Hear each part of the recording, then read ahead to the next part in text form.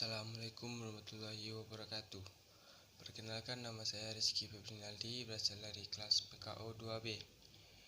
Tunjuk ajar adalah segala jenis petunjuk, nasihat, amanah, pengajaran, dan contoh teladan yang bermanfaat bagi kehidupan manusia. Dalam arti seluas-luasnya, tunjuk ajar Melayu mengandung pesan-pesan kebaikan yang bisa membawa manusia ke jalan yang lurus dan diridhoi Allah, yang bertujuan menyelamatkan manusia dalam kehidupan di dunia dan kehidupan di akhirat. Tujuan ajar merupakan kata majemuk yang berdiri atas dua kata, yaitu tunjuk dan ajar. Kata tunjuk adalah kata dasar yang berarti menunjukkan, sedangkan kata ajar menurut kamus berarti petunjuk yang diberikan kepada orang supaya diketahui atau dituruti. Perbedaannya dengan nasihat atau petua biasa, tunjuk ajar Melayu disampaikan dengan bahasa yang indah. Nasihat atau ajaran tidak disampaikan secara langsung dengan bahasa keseharian, tetapi melalui pantun, gurindam, dan syair. Tunjuk ajar Melayu telah pun ditulis dan disusun oleh Haji Tanas Effendi dan telah diterbitkan menjadi sebuah buku setebal 688 halaman. Dalam buku tersebut juga telah disebut apa definisi tunjuk ajar dalam ungkapannya yang berbunyi, yang disebut tunjuk ajar, petua membawa berkah, amanah membawa tua. Yang disebut tunjuk ajar, tunjuk menjadi telaga budi agar menjadi suluh hati. Yang disebut tunjuk ajar, menunjuk kepada yang elok, mengajar kepada yang benar. Dalam ungkapan tersebut, selain dapat diketahui apa itu definisi tunjuk ajar Melayu, sekaligus juga dapat dilihat gambaran tunjuk dari tunjuk ajar. Misalnya, frasa petua membawa berkah menjelaskan nasihat-nasihat yang baik yang membawa kebaikan pula. Frasa amanah membawa tua bermakna bahwa tujuan ajar itu serupa dengan amanah yang wajib disampaikan, sebab amanah itu akan membawa tua atau kebaikan. Frasa telaga budi menggambarkan bahwa tunjuk ajar itu seperti sebuah kitab atau pedoman hidup orang Melayu.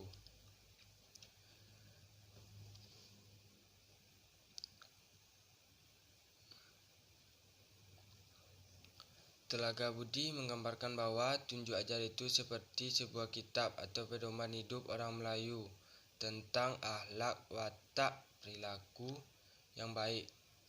Suluh hati adalah metafora atau simbol yang bermakna bahwa telaga budi itulah yang akan menuntun manusia dan menjadi penerang bagi kegelapan hati dan pemenang bagi jiwa.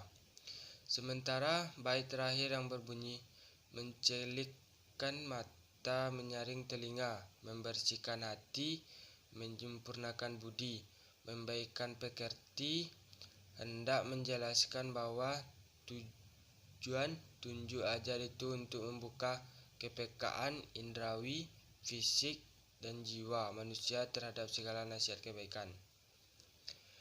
Manfaat tunjuk ajar Melayu itu diibaratkan sebagai pakaian, rumah, dan tulang. Ketiganya berfungsi sebagai pelindung dan penyangga tubuh manusia. Pakaian selain sebagai pelindung diri juga berfungsi sebagai gambaran dari cita diri sendiri, sopan santun, etika, dan identitas. Begitu pula dengan rumah. Rumah berfungsi melindungi manusia dari cuaca. Bentuk rumah juga menggambarkan karakter penghuninya. Sementara tulang, baik bagi tubuh maupun bagi benda apapun, tulang selalu diidentiknya dengan fungsinya sebagai penyangga. Jadi tunjuk ajar juga bermanfaat untuk menyangga kehidupan orang Melayu untuk bisa tegak lurus menjalankan nasihat dan petua.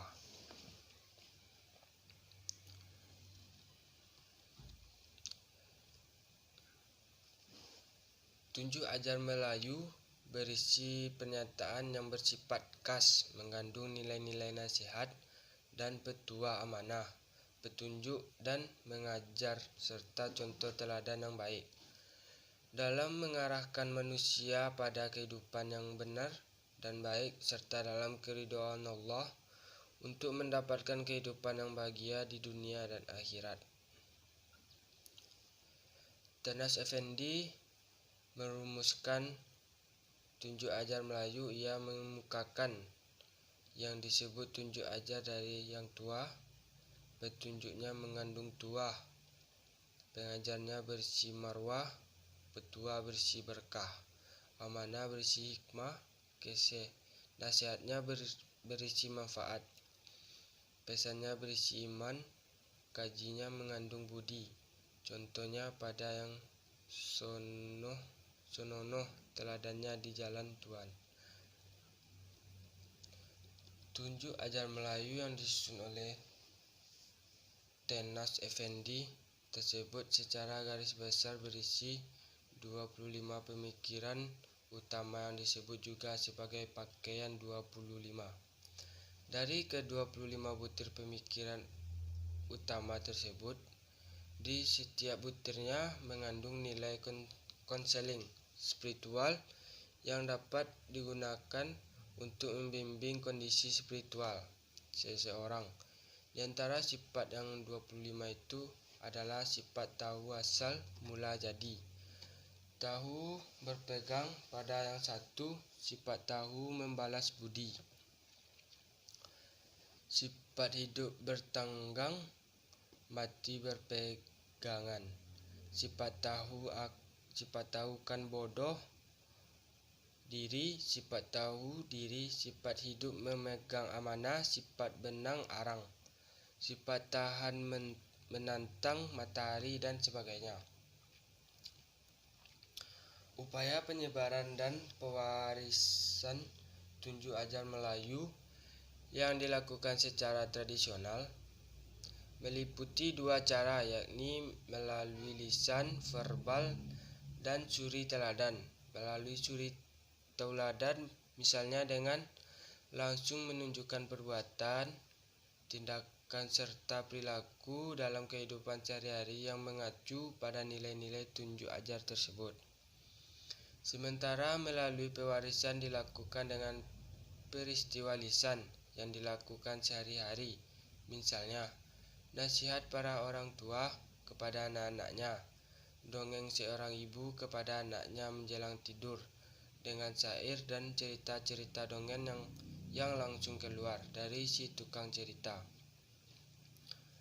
Tunjuk ajar Melayu secara metafor memiliki beberapa fungsi dalam kehidupan masyarakat Melayu, diantaranya sebagai pegangan, sebagai azimat, sebagai pakaian, sebagai rumah, sebagai tulang, sebagai janggaan, sebagai amalan, sebagai timang-timangan bagi diri.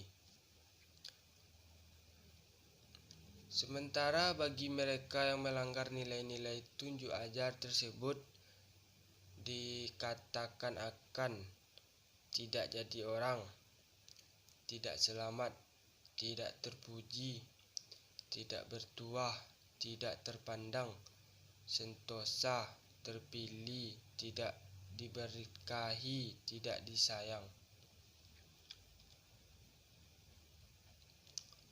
Butir-butir yang terkandung dalam tunjuk ajar Melayu seringkali disandarkan pada pernyataan kata orang tua-tua dulu, wawasan pengalaman yang didapati oleh orang-orang dahulu melalui dua sumber, yakni bacaan terhadap alam melalui interaksi ekologis serta bacaan terhadap kitab-kitab otoritatif.